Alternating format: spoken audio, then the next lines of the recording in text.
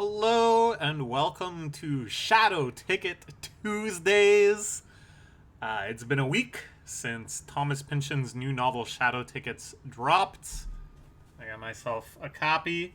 I've actually been reading it on my Kindle, but I like to collect books too. I've been reading it pretty slowly, not super steadily, just kind of savoring it, only going to it when I'm in the mood. It's a pretty monumental thing for this guy to drop a new book. He's definitely my favorite living author. I've read most of his major works, some of which rank among my all-time favorites. So I was pretty excited, and I figured I would just kind of take it as I take it, really try to enjoy myself. And as part of that, I thought it would be fun to check in, maybe on a weekly cadence, and talk about what I've read so far. So right now I am just starting chapter 17. I'm about 42% of the way through, according to the good old Kindle here. The whole time I was leaving highlights of stuff that I thought I'd like to talk about in such a video, but now I can't figure out how to actually go back to my highlights. So any IT wizards out there, let me know. But I was still able to put together some other notes of just stuff that I thought was interesting, stuff that I wanted to talk about. And we're just going to go through those, just sort of ramble on here. This isn't really super scripted or anything. More just as a diary, if anything, so that I could check in later, even years down the road, when I'm revisiting the novel or something, and see what I thought at this time. Something that I wish I had for other Pynchon novels or just other novels that I really like in general. Just this sort of memento of a time where I was only halfway through. So first thing I want to talk about is the superstructure. I'd say most Pynchon novels you could kind of sort into one of two categories. The door stoppers, which are, yes, very long, generally very multifaceted, kind of working through the perspective of many different characters in many different places over many different times. And then the detective novels, which Inherent Vice and Bleeding Edge also fall into, where it's a much more singular perspective, a much more linear story. And Shadow Ticket, if you can tell by the relative skinniness, is definitely in the latter category. It is one of his most literal detective projects. The main character is a private eye. And at first I was kind of disappointed in this, because I figured kind of reasonably, and knock on wood, not to put any bad juju out there, but this is very likely the last Pynchon novel. I know there was an interview very recently where apparently he told someone, oh no, I actually have another finished novel. So maybe another one will just pop out in any number of years or something, but I'm gonna remain skeptical on that. Who knows? He's just saying shit, maybe. I'll believe it when there's an actual release date and stuff. For all I know, this could be it, and I kind of hoped for a grand finale. I kind of hoped for something even more mind-boggling, even crazier than Against the Day. But given that, I did actually tap out of Against the Day last year. I've never read it. I tried to plunge into it. I got 25% of the way there. And I just didn't have the mental bandwidth to really devote the sufficient energy to it to try to keep all those plot lines in my head, to try to really untangle what was going on. So I've decided to kind of save that for when I'm less busy and more willing to focus on it. So maybe this is actually exactly what I needed. I read Vineland recently too, in anticipation of One Battle After Another. That was at a good sweet spot too. But even then, by the end, I was kind of getting exhausted, I think, trying to read it so quickly so that I could see it, the movie, after rereading it, see it, to finish rereading it in time for the movie. It got a little exhausting, whereas this, I think, is really at the sweet spot for kind of my bandwidth. And of course, in these detective novels, a lot of the really essential elements of Pynchon are distilled. The deep investigation of a particular time and place, of a scene, of a culture, a paranoid net of connected dots, this persistent motivation to just keep probing deeper into different things. It really is still very pure Pynchon, very essential Pynchon. It's just that these detective stories kind of feel like they're just one character that would exist in Against the Day. Like, quite literally, Lou in Against the Day, his entire arc and plot, of which I only saw like a third, as I said, uh, feels like it is just the entirety of Shadow Ticket. But it isn't like this isn't complicated, though. When I was trying to put together these notes, I found myself very overwhelmed by the amount of stuff and the amount of characters and the amount of plot lines and stuff that has occurred just within this first 42%. The structure of the novel, as I said, detective story. We're following around Hicks. He's investigating first a bombing of this guy Stuffy, his booze running truck, and then Stuffy's subsequent disappearance via what appears to be a U-boat. Then he narrowly avoids getting bombed himself, all while protesting and finally relenting around this job to track down a Cheese Harris, who's absconded off to Chicago, with whom he's had this past encounter. He's been getting harassed by the feds to turncoat and to work for them to track down Stuffy, while also linking up with this mob boss's girlfriend, a nightclub singer, who then is also telling him to make tracks to B-Town, because he's upset, the mob boss is upset, and then of course he is trying to investigate who the hell is trying to kill him, who tried to set him up with this bomb. There's a lot more. As I said, there's probably like another dozen or so plot lines and characters that I didn't mention. But that's what's really sticking out to me. That's what's kind of having the aura of like something that I'm really meant to track and to kind of build upon. There's also some looming antagonists. The Cheese Heiress's family seems pretty suspicious, and it looks like a lot of the kind of dot connecting superstructure to this stuff has something to do with the cheese industry and the cheese mafia and this guy who is the Al Capone of cheese. Then there is a prohibition officer who shows up to disrupt this Nazi rally and throw some pool balls around. He definitely seems very in line with like kind of the Pynchon bad guy archetype. So far, he hasn't really had any overlap with Hicks himself. There's been no real confrontation, no real violence between them. But I feel like that's something building up. And then, of course, like the Nazis themselves, not good dudes. And I feel like more and more this is actually going to end up being a very politically aligned conflict, where at one very extreme end is the Nazis, and moving further and further towards the other end is our protagonist Hicks. What's interesting about this structure to me is that he's a private eye, and he's motivated to learn things and to track things down, but it's kind of this like tour of reluctance, where ultimately Hicks's goals, outside of like getting a good sandwich and not getting bombed, are a little oblique to us. We're a little disconnected from where he's at in terms of his kind of overall motivations. But he just kind of keeps getting like shunted into one scheme or another. And as a reader, often I kind of just want him to be like, okay, you know what? I will investigate this. How about you tell me everything you know, bring me up to speed, to just kind of like wholeheartedly go down one path so that we can get up to speed too. But he keeps a pretty hostile distance with everyone, he's trying to get out of the jobs his boss is trying to give him. He's not interested in working with the feds. He's not interested in kind of running with one particular crew or another. So therefore, we're kind of being kept at this perpetual distance too. I think that's really interesting. It's sort of a subversion of the exposition that you typically get very easily with detective stories.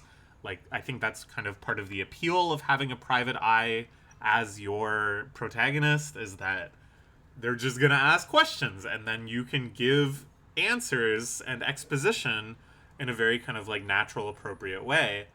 But no, here we have a private eye who's kind of distrustful and embittered and pushes people away and pushes opportunities to learn away, kind of more single-minded for his own somewhat mysterious purposes. But yeah, it's kind of like everything up until the point where I stopped, and this is kind of why I've stopped for a couple days just to kind of take a breather. Has been pushing him to leave town to make tracks, and now he's kind of hit his limit, and he is finally leaving town. We don't really know why he was so reluctant in the first place, besides this sort of general apathy about going to Chicago, of rooting his whole lifestyle, of breaking out of this routine that he seems to, on some level, enjoy.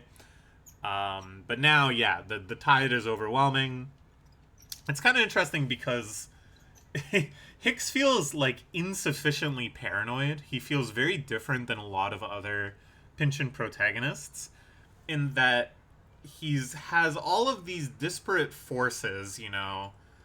Somebody's just straight up trying to kill him. He needs to avoid the feds who are breathing down his neck. He's being assigned this job by his boss, and his girlfriend is saying, hey, my mob boss boyfriend is going to try to leave you dead. He's got all these different reasons to leave town, but it doesn't seem like in his head he's trying to connect any dots to find some sort of like vaster conspiracy that's manifesting in all these different ways. These things that are just sort of coincidences, or rather they seem like coincidences to him, and he's not like obsessively trying to find a cause behind the cause, which is very different, as I said, than most Pynchon protagonists.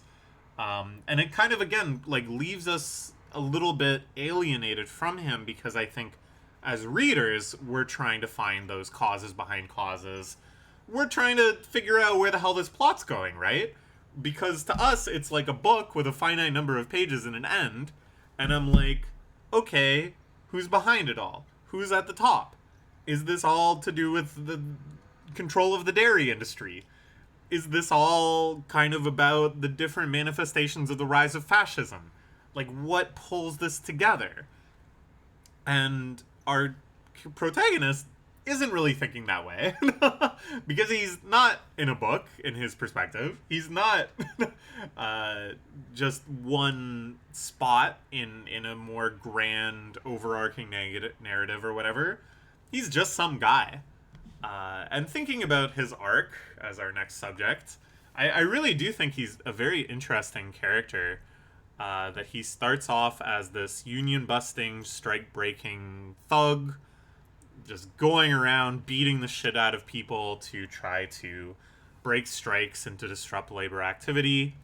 And then he has not a total turn of heart, but he falls out of that line of work after an incident where he finds himself right on the verge of killing somebody before kind of miraculously he stops. And then he becomes a private eye. And this is like a really interesting route to a very well-worn archetype. In matter of fact, it's one of the more common ones, that the birth of this private investigation industry has a lot of ties with like union busting and the Pinkertons and that sort of thug violence. But it's one that I haven't really seen examined in media very often. Typically, private eye characters as like an archetype are often heroic in a sense, and if they're not heroic, then they've kind of fallen into this line of work through some sort of personal suffering, through some sort of process of like alcoholism and drifterism, of being like rejected by society and left only with this role. There's much more of kind of like a personal manifestation to it. Whereas here, the stepping into the shoes of a gumshoe, and taking on this job is presented just kind of as like a very practical, natural consequence of him slightly adjusting his line of work, but, not just sort of happening into this purely out of thin air, you know what I'm saying? So I found that very unique, very interesting. I also like that it feels like he's sort of midway through an arc, that Up until now, he's just kind of been operating on a very individual level, doing things in self interest, maintaining and growing personal relationships, just on the level of person to person.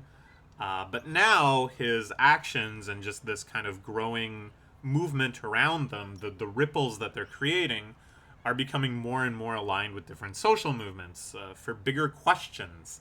He's getting kind of pushed further and further into this position where he needs to answer questions about whose side is he on and why he's doing these things and what he ultimately wants to achieve, you know, as a consequence of his actions that are all really above his pay grade, so to speak. That no matter if he just wants to kind of keep doing what he's doing, now doing what he's doing is making a much larger, more political statement than he's used to.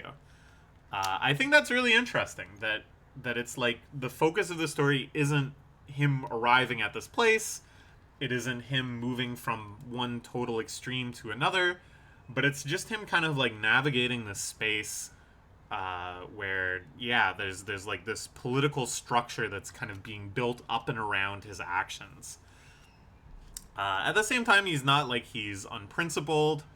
He's very strongly opinionated about particular people. He seems like a good guy that wants to do right by people that he likes.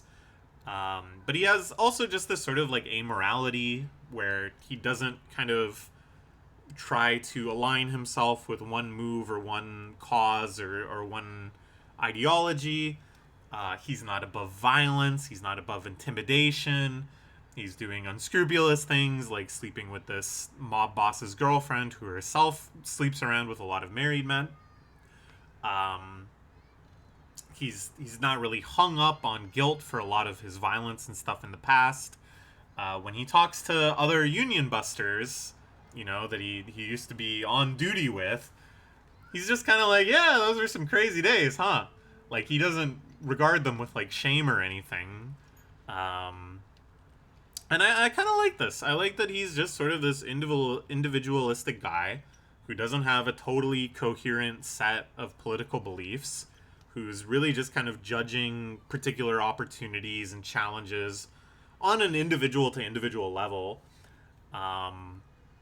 He ends up knowing a whole lot of different people across all sorts of different political spectrums, across all sorts of different movements, but he just sort of associates them freely based on his own personal relationships. So it's not because of their alignment.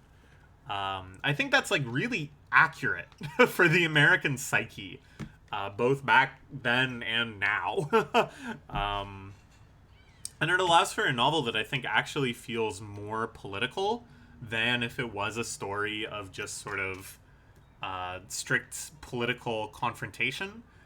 Instead, just being this loose, jumbled network of individuals, each representing different political vectors, but not completely, not coherently.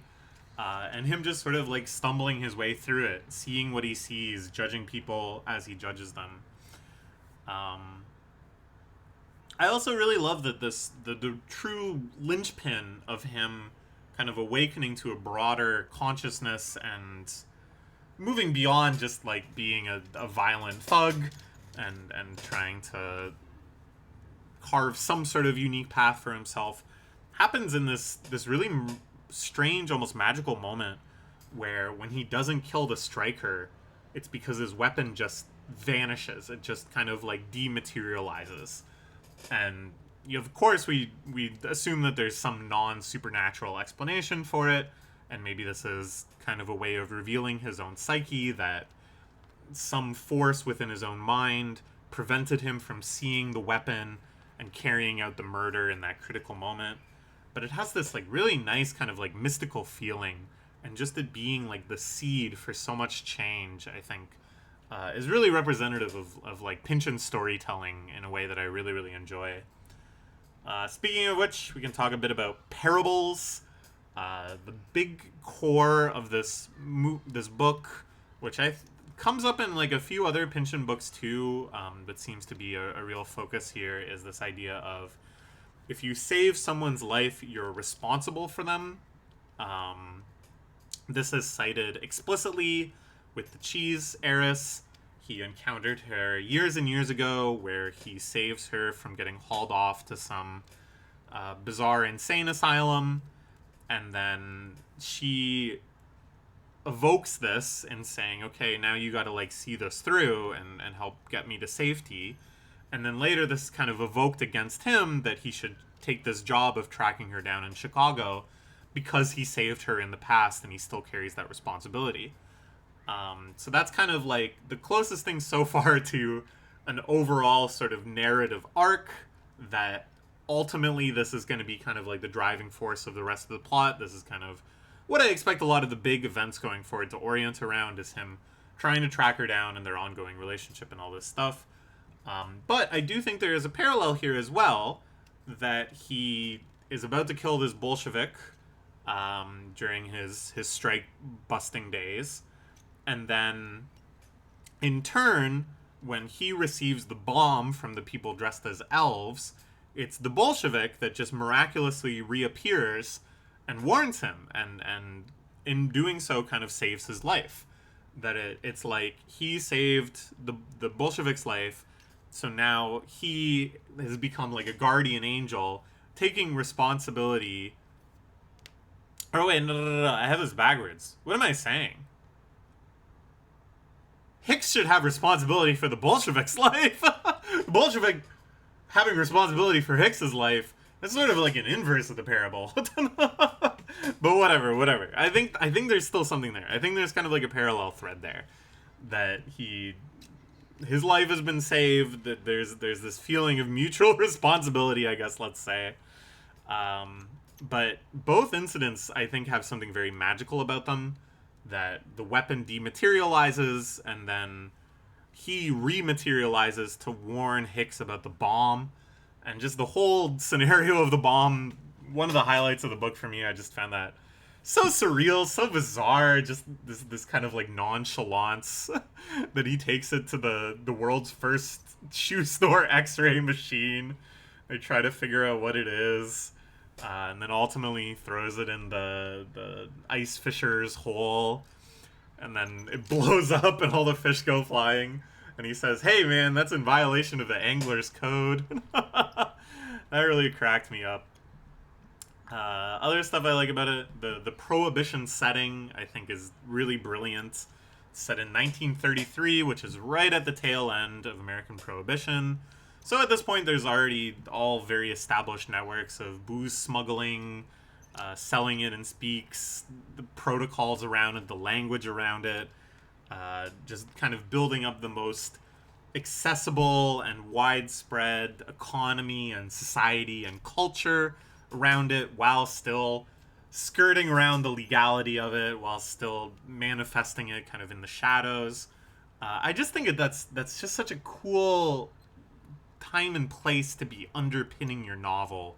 It kind of reminds me of The Zone in Gravity's Rainbow, where there's this kind of constant foundational undercurrent of everything being a little ad hoc, of everything just being established recently to kind of recreate societal services, to kind of patch together some sort of network for things to work when the normal stratum of it has been annihilated. And then just this sort of pervasiveness of crime, of totally accepted and necessary crime occurring anywhere and everywhere. And I like that Hicks is already very fluent in these spaces. That we're just sort of tailing along behind him, that he already knows the places to go. He already knows the things to say and who to meet. You know, he's been doing this private eye job for a while. And to me, that's kind of more exciting than having him stumble his way through everything as well. It means we're just kind of like getting to the most interesting parts very quickly, but leaving this sort of overwhelming, exciting feeling of, you know, being ushered through these back alleys into this conversation. And even though it's the conversation that's the focal point, you still get this kind of like kaleidoscopic blur of all the underpinnings of society that led up to it. And here's one. Also, there's a big conversation about bowling. Bowling is a big theme of this novel that There's a secret Nazi rally in the basement of a bowling alley, and Skeet Wheeler works as a pin monkey or whatever they call it. There's all these sort of like clandestine operations happening at bowling alleys that are secretly speakeasies, and just this connection. Hicks is a bowler too. He has a bowling ball.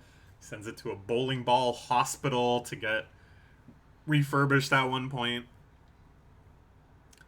Now, the connection between bowling and prohibition and booze smuggling and stuff like that, is it a Simpsons reference?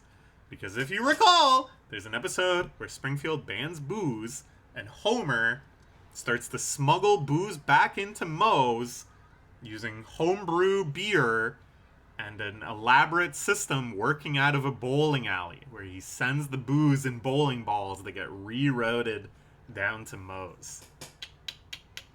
Now, is it a coincidence? I don't know, maybe. But we do know that Pynchon is a big Simpsons fan.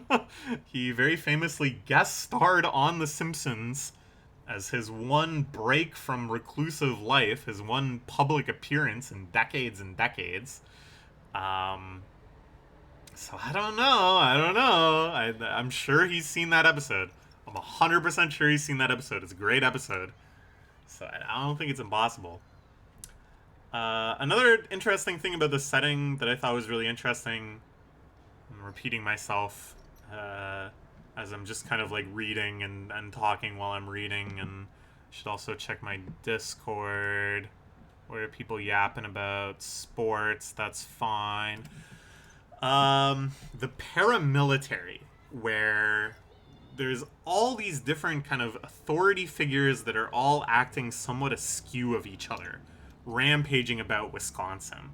There's the police itself, and then the feds, and then the prohibition unit in particular are all kind of slightly askew. They all want slightly different things. They're all kind of on the take in different ways, overlooking some things but focusing on other things.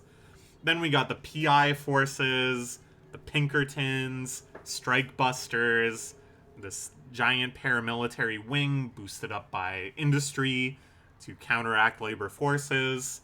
And then you've got the enforcers of all sorts of different gangs that have muscle, that have heavies, that go around kind of imposing that gang's order, alongside these fascist upstart movements like the Nazis, who are more than willing to use violence to try to impose their will upon the community. To me, a lot of people have talked about, like, this is a book that's written set almost a century ago, but Pynchon is kind of saying, hey, this could be our near future as well. I think that's definitely something very deliberate about why he chose this setting, why he's focusing on these types of characters and movements and stuff. I think this is like a really prophetic lesson that we're really starting to see this now, where the National Guard and local police and ICE are all kind of sieging cities at the same time. And we also have like Proud Boys and other fascist paramilitary organizations rising up and inflicting the same sorts of violence, but like through slightly different means. And it's like these forces aren't necessarily friendly with one another. Sometimes they are, but just as often they're fighting amongst themselves. But it's not like they're enemies with one another either. Their enemies remain minorities, leftists, unionists, the poor, immigrants, whatever. They're very, very aligned on who their enemies are. What we're seeing instead is just sort of like bickering about who will be personally enriched and glorified by doing so. Bickering around, you know, what the tactics are of who can be turncoat, of who can be redeemed, and who must be annihilated.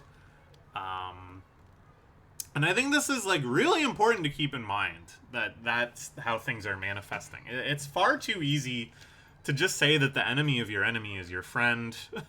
That if these forces are fighting amongst themselves, then one of them must be on our side. No, no, no, no, no. I think it's like, if you think about the image of fascism being a boot that's crushing your head forever, the famous image from 1984, I think that's too simple. And in fact, that's almost naive. And that really, fascism is dozens of boots all taking kicks at you. And they're sometimes bickering with each other over who gets the kick next. And I think that's coming across very well in this novel. It's interesting because it isn't the focal point. It isn't like Hicks is the one getting kicked. If anything, he's closer to one getting his kicks in, like he was when he was a Union Buster. But it's certainly kind of like a pervasive, looming shadow. And we know historically that this is right on the precipice of major fascist movements taking hold in America, just as they are in Germany in parallel. And you feel like these many people lacing up their boots in parallel. Let's talk about something more fun, which is perversions. I think that Pynchon is a genius, in part because he is a pervert. Like so many of our great novelists before him, Joyce, Nishio-sen. But here, I gotta say, in the first 42%, not that perverted of a book. There's a bit of kind of like strangeness in his relationship with April, the singer. She does like really excessive baby talk. But that's just silly. That's just kind of like a joke. There's an extended bit where they're talking about when Hicks first met the cheese heiress. And he's very, very adamant that he didn't put the moves on her because she was underage and there was no opportunity besides which they were just on the run the whole time. But, you know, April keeps interrogating him on this front, and he talks about, oh, well, she was a little bit of jailbait or whatever, but I wouldn't put a hand on her, which is, like, kind of just like a funny, like, negative space, I guess, because it's, like, obviously pointing to some sort of desire, and then to me it really suggests that, oh, when they meet again now years later, when she is of age, that there will be some sort of payoff to this.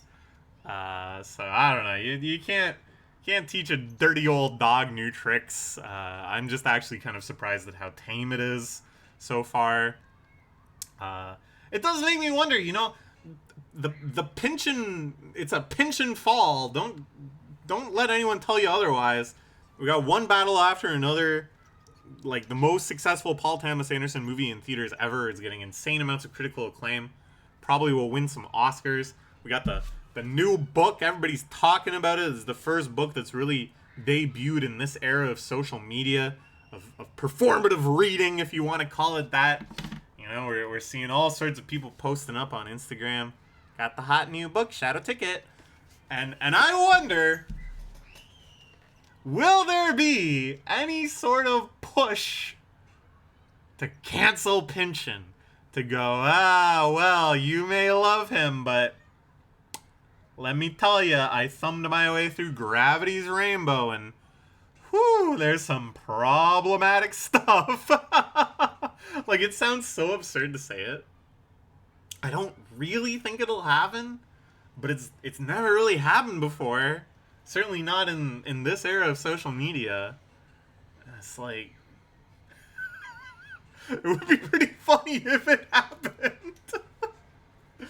So yeah, I don't know. And if they just read Shadow Ticket, maybe they won't find anything. I don't know. I do think, though, it's kind of interesting to think about Pynchon as a pervert, not just in terms of fetishy stuff or sexual stuff or whatever, but just also kind of just like a perverse story writing instinct. Like, this whole novel, I think, is just leading up to almost like a Shaggy Dog type joke about cheese.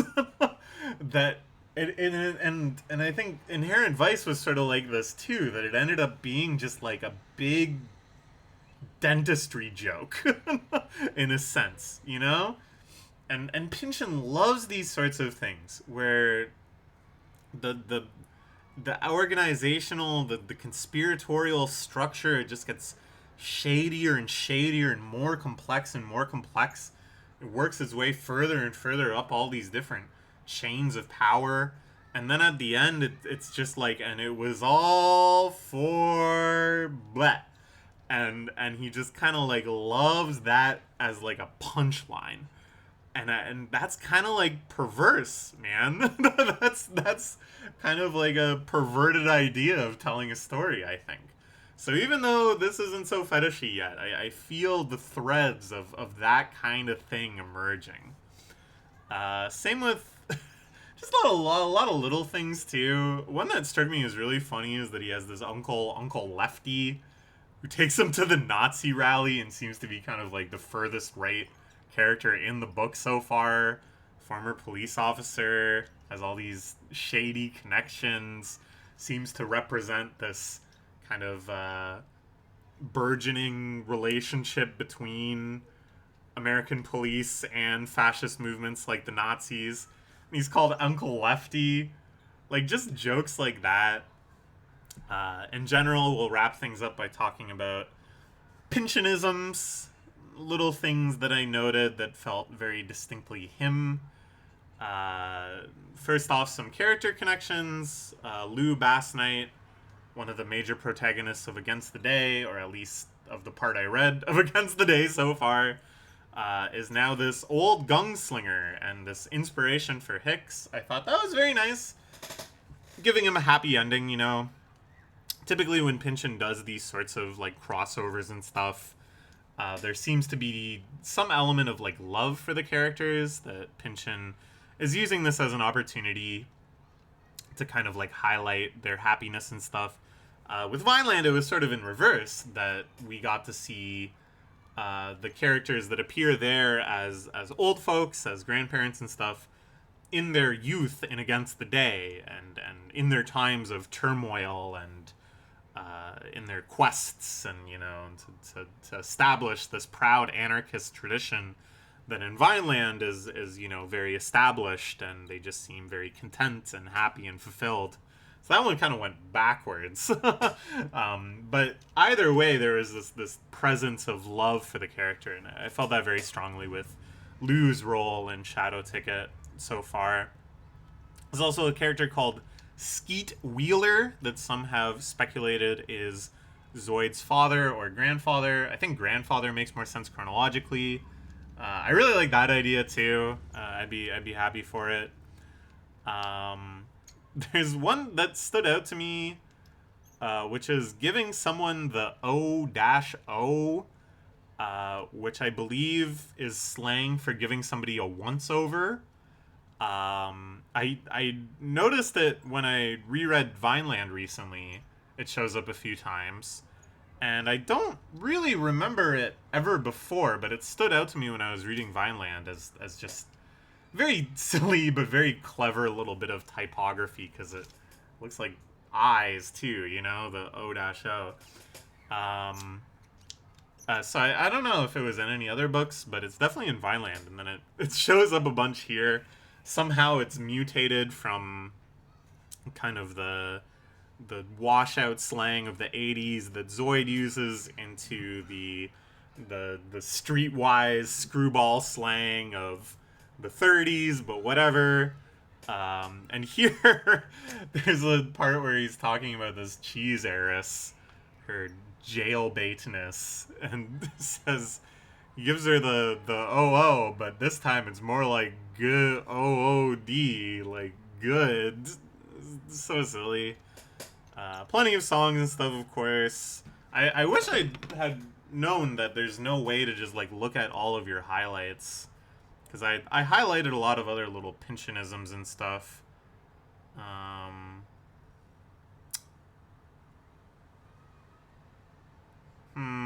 Well, whatever. But I highlighted some of the songs. I always like the songs. Should always try to sing the songs, at least in your head. And I like this recurring gag of every time Hicks goes over to Uncle Lefty's, He's serving some bizarre casserole that has new bizarre ingredients. That's very Pynchon-esque. He loves having these strange digressions around weird food, and to me that's a little bit of the perverseness too. I think that's like a very perverse instinct. Okay, that's all my notes. The more I talk, the more I'm like, man, this is barely scratching the surface. But I think that's just, it is what it is. We'll check back in next Tuesday, assuming I don't have some crazy busy day. No, should be good. To talk about maybe the rest of the book. I might have finished it by then. I don't know. Depends on how much I'll get to read. But yeah, it may be a short series, but I like this idea of Shadow Ticket Tuesdays. If you like it too, leave me a like, leave me a comment. What are you thinking about it? I think if I continue to enjoy this, I might try to keep up the habit with just other books too. Not even like new books, but just whatever book it is I'm reading, doing a weekly check-in like this on notes that I've been taking. So yeah. Alright, that's all. Goodbye.